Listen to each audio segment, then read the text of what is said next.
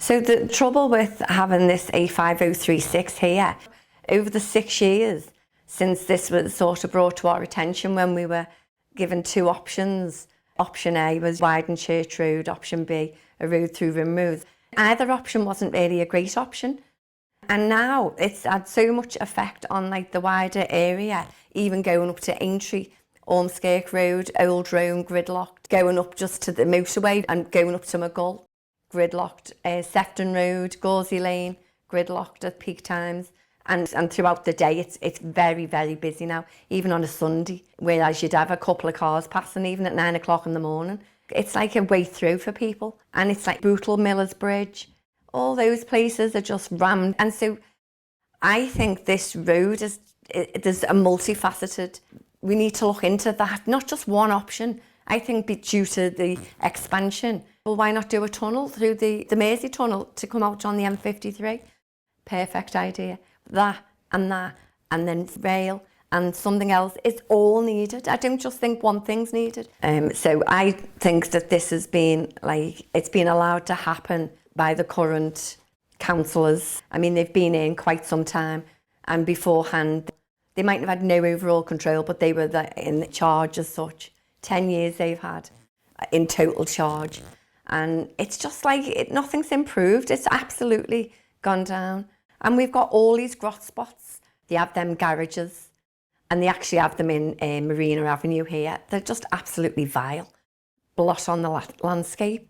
The Kirkstone pub, I mean, I know they can't help that if it's but you know, I'm sure they could help along the way. Tom Jones, you know, the Methodist Church land. It's just like, it's just left languishing like that. And that's just a quarter and a half of it. It's kind of, there's no maintenance of the roads, there's holes everywhere, potholes. Grass isn't kept up. There's baldy pieces. Years ago, the Parks and Gardens men would have just come out. Now what they do, they only hire them men. We need to have parks and gardens, because that's what we have here. Not just people who you get in on a contract and then they've got no pride in the job. They're only here for 6 months. By the Strand, unfortunately, that was a mistake. Hospitality that they've just invested in. The Sandways homes. I mean, they should be doing the bread and butter before they start going big.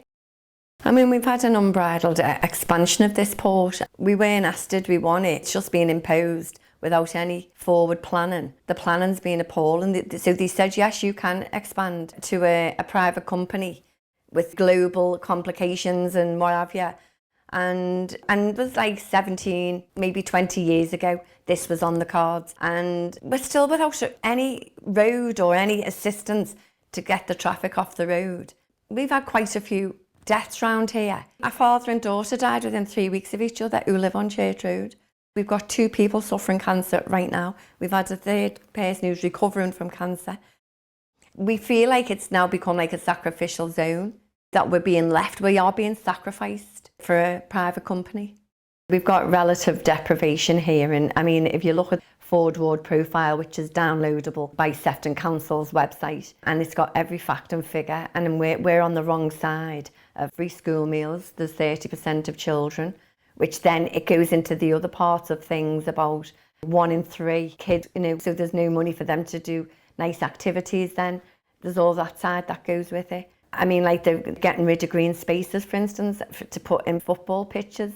Them kids won't be able to go, so they're marginalised right away by this deprivation. Then there's the men who live an average age of 76, which is again down in Sefton, never mind which ward, in Sefton. So that's inequality right away.